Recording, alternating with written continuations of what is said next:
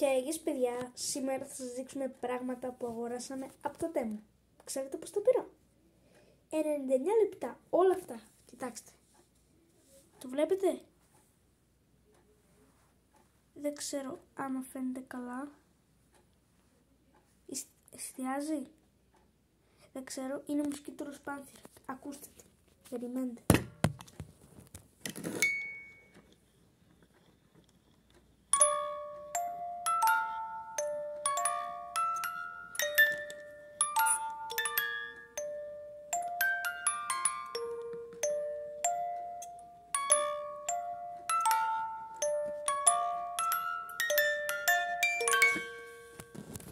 Όπως βλέπετε την ακούσατε, αυτό είναι.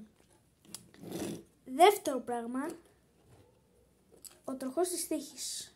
Το βλέπετε έτσι?